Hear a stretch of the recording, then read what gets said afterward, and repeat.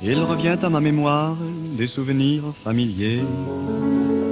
Je revois ma blouse noire lorsque j'étais écolier.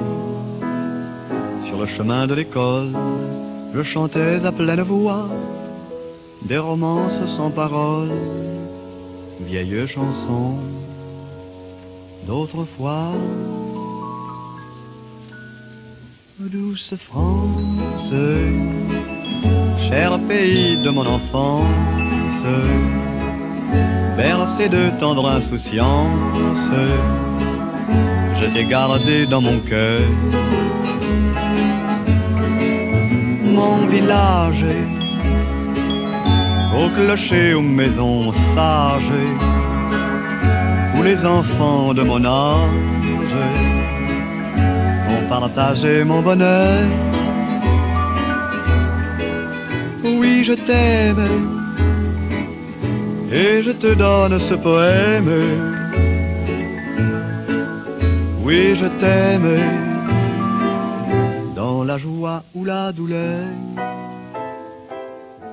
Recibimos de nuevo a Alicia Perris. Hola, Alicia. Hola, Raquel, ¿qué tal? De nuevo nos situamos en París, de nuevo vamos a... Es otra de franceses. Esa otra de franceses.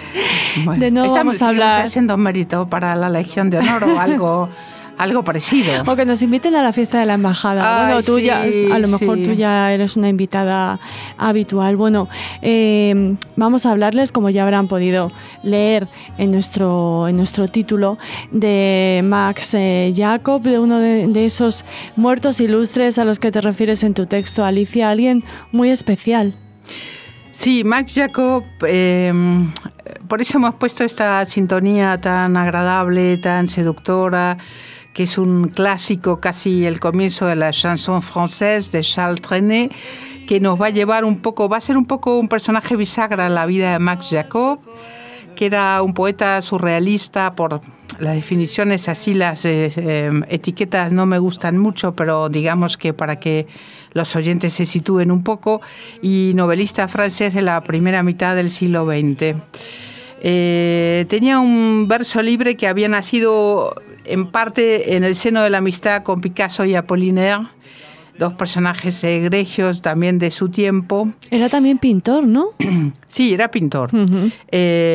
Y esto le va a permitir inscribir la poesía francesa en el arte moderno. Max Jacob es un personaje muy complejo y vamos a ir desgranando parte de su vida que tiene que ver con su obra.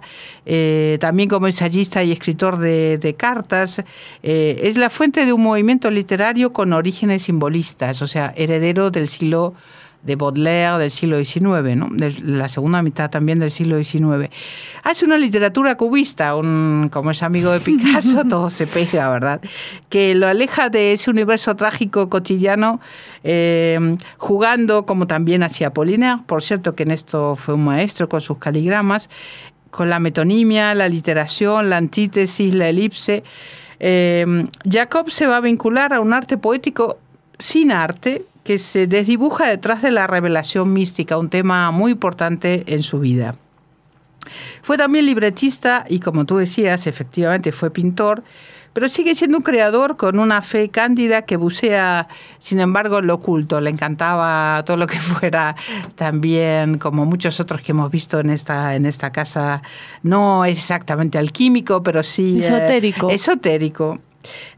Había nacido, y por eso hacemos este programa, un 12 de julio de 1876 en Quimper-Corentin. Es decir, que si mi matemática no ha ido mal, hace unos 140 años, parece que fue ayer, en una familia judía volteriana, como digo muchas veces en los programas, lo que eso quiera significar, de Voltaire y judía, donde en un pueblo, en una ciudad muy pequeña donde no había sinagoga, y que a lo mejor por esto la familia también no era practicante, que se sepa, aunque siempre está la vida interior de las casas, ¿no? de los hogares, y se convirtió al catolicismo en 1915 después de haber tenido varias visiones.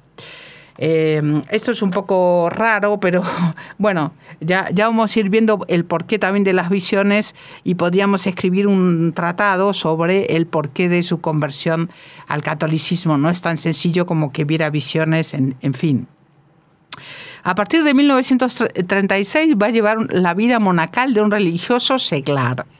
O sea, que lo hace, se pasa al catolicismo, digamos, con todas sus consecuencias, ¿no?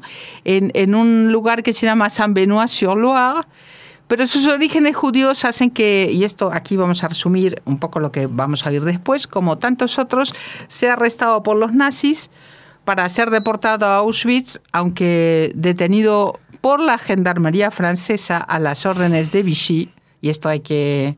Bueno, es una matización necesaria muy importante. y muy importante.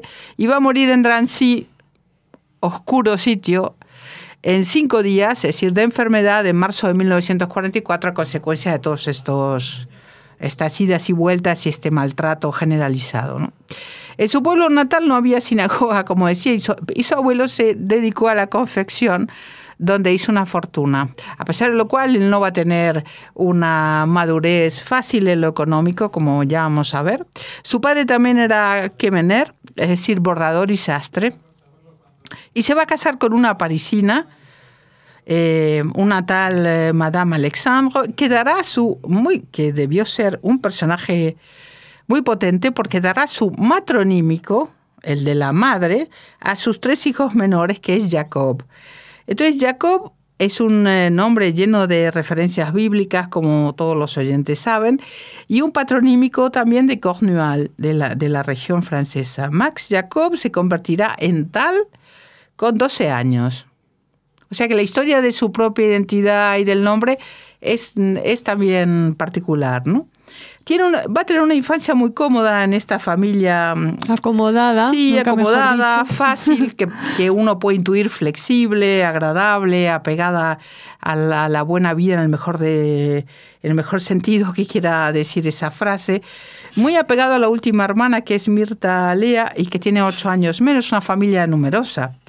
A los 14 años lo envían un año a consulta a París con Charcot. Charcot, todo el mundo lo conocerá porque es el gran mago de la psiquiatría de esa época, el famoso que hace los experimentos con mujeres, con la histeria femenina, con todo lo que ese mundo pues te ha de tener detrás. Fue maestro también del propio Freud, a partir del cual Freud decide buscar otra vía, eso es muy curioso también. Y le hace una psicoterapia con hipnosis para calmar sus nervios, no hay más detalles, y vuelve nuevo con todos los comillados que sean necesarios. Se vuelca a los estudios con mucho afán, porque quiere convertirse en funcionario de la administración colonial en Indochina, o sea, muy francés. Aquí al lado, muy francés. Sí. Bueno, también pasaba aquí con Filipinas, claro, ¿no? Como en el caso de Gil de Viedma. En aquel contexto no era tan raro ni tan lejos, ¿no? Pero todo se balancea. Su vida empieza a balancearse cuando su mejor amigo Raúl Bolloré se suicida en Rennes, siempre en la Bretaña, y colapsa personalmente y en los estudios. A los 21 años se va a ir a París, como se hacía siempre, como se hace siempre, malvive. Se dedica un poco aquí y allí a todos los oficios y se licencia en Derecho Marítimo. Tampoco sabemos exactamente no sé si tiene que ver seguía con Indochina. Con su idea de las colonias, ¿no? A lo mejor. Pero trabaja como crítico de arte, se instala en la carrera de periodista y en 1901 conoce a Picasso, probablemente gran figura de toda ese rosario de personajes que van a jalonar toda su trayectoria, también vital, pero sin grandes éxitos. En ese momento abandona París y vuelve a Quimper. Va a compartir de vuelta a París piso con Picasso, vende horóscopos, lo que decíamos antes. No sabemos si realmente estaba muy dotado, pero el caso es que se los prepara a las cocottes de la capital y también a sus clientes, que son unos falsos príncipes rusos, que era lo que también se llevaba en aquella época, ¿no? Se une a otros pintores como Georges Braque, Matisse, Modigliani, toda la bohemia de Montmartre, y críticos como Beatrice Hastings. Era de lo mejor. Yo no sé si no habría otra cosa, pero esta gente siempre se encontraba entre ellos y lo pasa mal económicamente, gasta lo escaso de su pensión en vino, como muchos del equipo también. Al menos no era absenta, Alicia. Bueno, no sabemos si era absenta, pero sí consumía éter y otras sustancias psicotrópicas bastante potentes. Y en 1904 es cuando Picasso le presenta al poeta Guillaume Apollinaire, que parece que lo van escoltando a lo largo de toda su vida y viceversa, ¿no? Picasso siempre fue Picasso y se mantuvo, bueno, entrando y saliendo y a una distancia muy prudencial de los grandes eventos de la vida de los demás, creo sospechar. En 1907 se instala en una habitación del famoso Bateau Lavoir. Lavoir se lo puso él mismo, Max, porque viene de la V, de la bar, era el único punto de agua que había en aquel sitio. Y ahí van a aparecer dos mujeres que tenían mucha importancia en esta época también, Suzanne Valadon y Marie Laurencin. Experimenta con hashish y otras sustancias y estudia los textos místicos, la cábala, el zohar, el evangelio, el budismo, la astrología, el ocultismo en general. Y con tantas drogas, se supone, tiene visiones que lo llevan a abrazar el catolicismo, como decíamos antes, lo cual tampoco habla muy bien del catolicismo, porque si uno droga, bueno, no quiero hacer disquisiciones peligrosas y que me puedan llevar a la ruina el programa. En fin. O sea que las visiones no fueron espontáneas, sino un poco provocadas por su relación con determinadas sustancias. Prácticamente todas las sustancias, ¿no? Son susceptibles de provocar estas. Pero interesante, Alicia, que esta experimentación o este juego, esta aproximación a esas sustancias, no las hiciera como artista en búsqueda de esa inspiración que se supone que en aquella época se entendía que ofrecían estas drogas, sino una como búsqueda, Poe, por ejemplo, ¿no? Una búsqueda mística. Bueno, yo no sé si esa era la búsqueda o ese era el resultado de no sé qué búsqueda, ¿no? Por eso este es otro programa de apenas esbozado que el oyente puede completar en su imaginación o simplemente buscando más datos que los wikipédicos que aquí podamos dar. ¿Quieres provocar visiones en los oyentes también? Sí, mejor audiciones. Por lo pronto que nos escuchen el programa y no digan, ¡oh, qué programa! Y apaguen la conexión. Desde luego que no. En el otoño de 1911, el affair del robo de la Gioconda, que eso fue alucinante, sí. Y donde fueron, como siempre, culpabilizados Apollinaire y Picasso, nada menos. Rompe las amistades y hasta que empieza la Gran Guerra frecuenta veladas organizadas en Montparnasse, en casa de la baronesa Oettingen. En otro círculo de lo más vanguardista es que iba Max Jacob de cercle en cercle con Fernand Léger, con Marc Chagall, uno de los nuestros, Sonia Delaunay también, o Blaise Cendrars. Y en 1904, y esto es su lado literario, termina El sitio de Jerusalén, ilustrado por Picasso, una obra muy importante suya, y quiere compartir el misticismo con Modigliani, pero como el pintor español, prefiere el calor de las mujeres, como todos sabemos. En lugar de mujeres, escribe Max Jacob, en el laboratorio central había encontrado a Dios. Bueno, en fin, para todos los gustos, ¿no?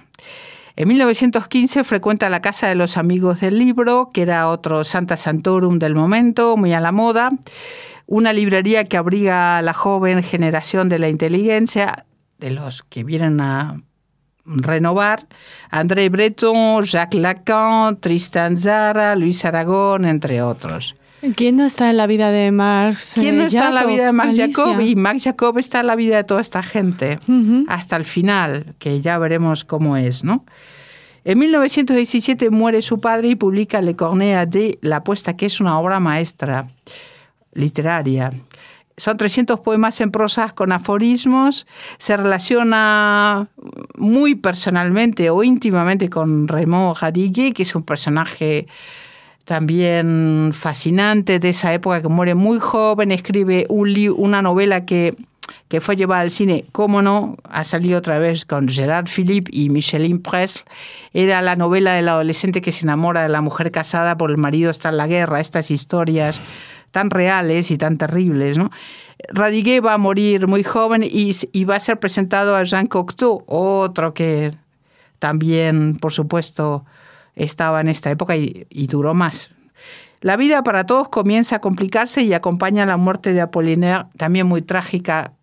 Se dice que a raíz de las heridas que había sufrido, porque se empeñó en ir a la guerra, a la Primera Guerra Mundial, de sus heridas de guerra. En aquella época no había ni la tecnología médica ni los medicamentos.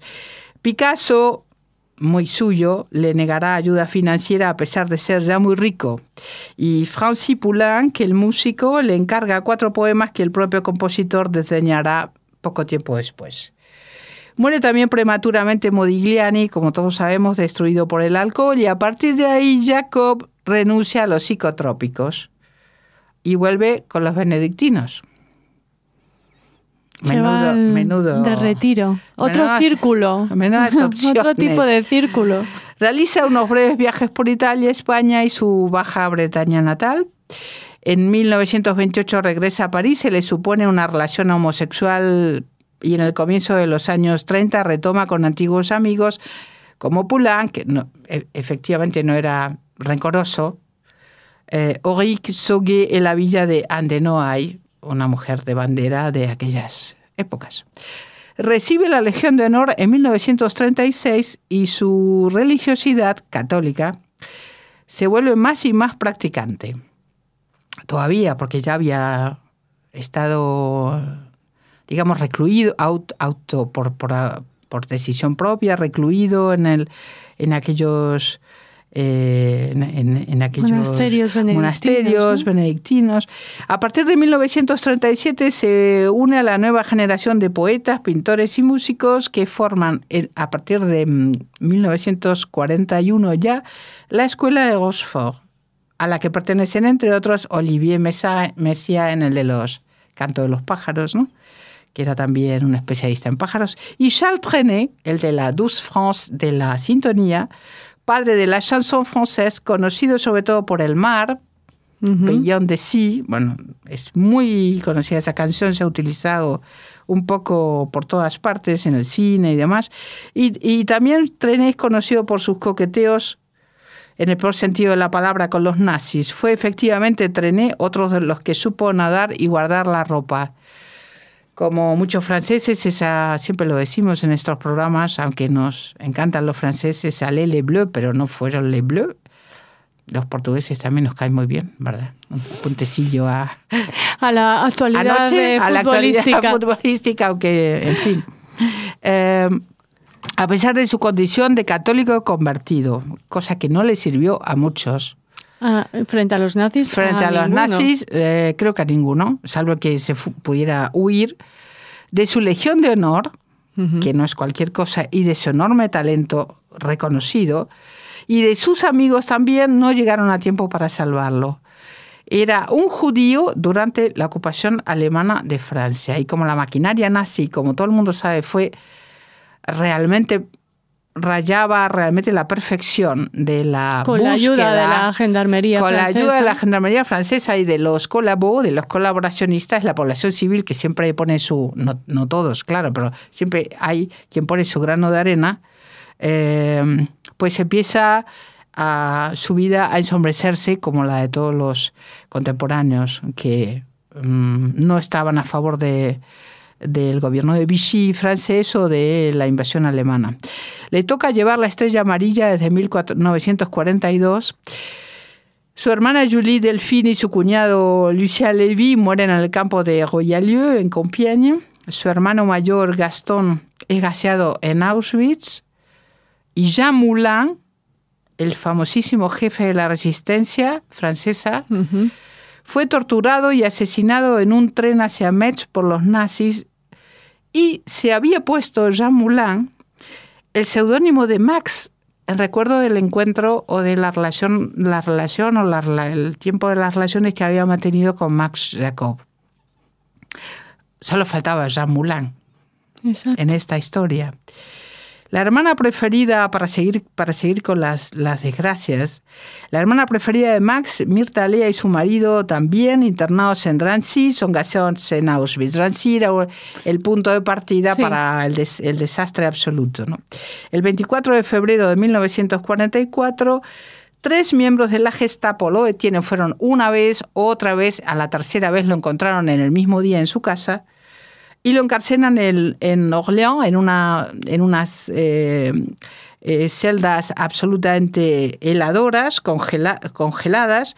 Luego lo envían a Drancy, guardado por la gendarmería, custodiado por la gendarmería francesa, y se pensó que podía ser transferido a Auschwitz, aunque muere en la enfermería de la Cité de la Muette el 5 de marzo.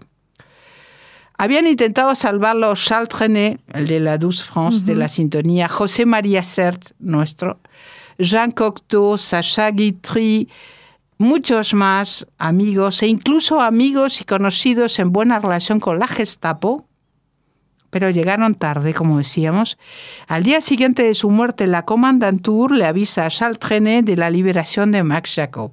Del cadáver de Max Jacob. No, lo hubiera liberado si no hubiera muerto. Claro, lo hubiera liberado. No, fue una cuestión de 24 horas. Parece una película de estas al uso, ¿no? De terror, de suspense.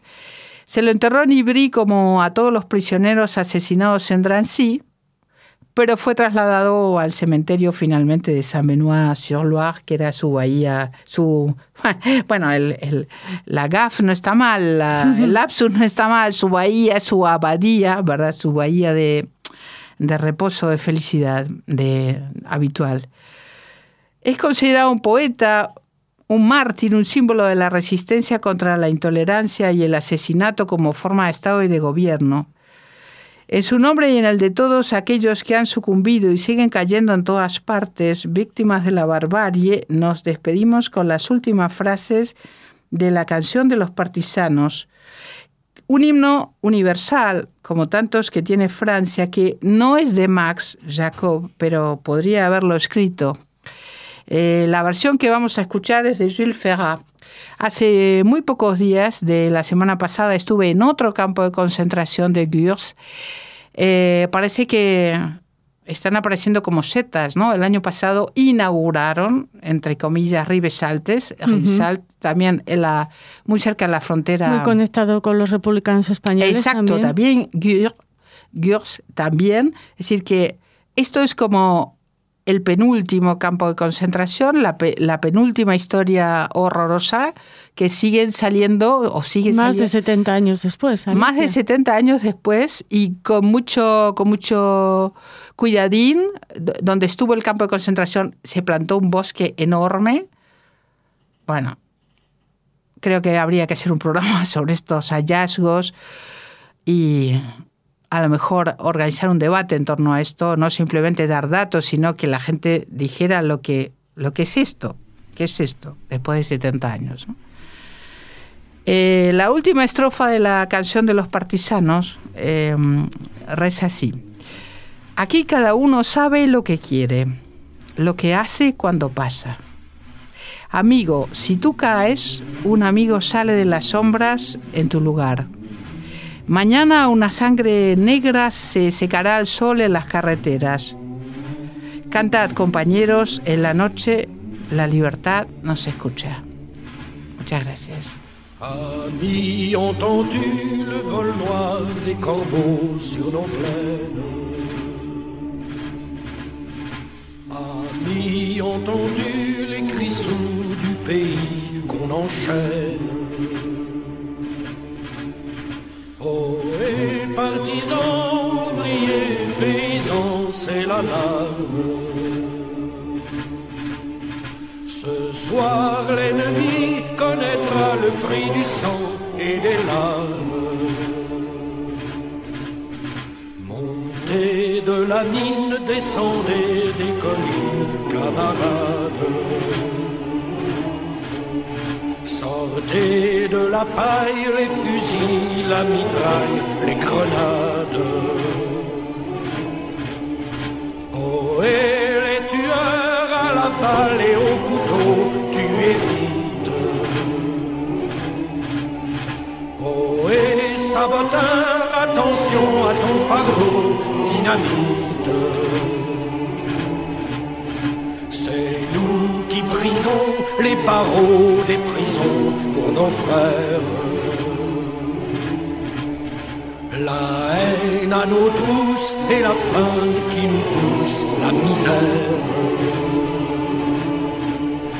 Il est des pays où les gens au creux des lits font des rêves. Ici, nous vois-tu, nous on marche et nous on tue, nous on crève. Ici, chacun sait ce qu'il veut, ce qu'il fait quand il passe. Ami, si tu tombes, un ami sort de l'ombre à ta place. Demain, du sang noir séchera au grand soleil sur les routes. Chantez, compagnons, dans la nuit, la liberté vous écoute. Amis, entends-tu le vol noir des corbeaux sur nos plaines? Amis, entends-tu les cris sourds du pays qu'on enchaîne? Oh, et partisans, ouvriers, paysans, c'est l'alarme.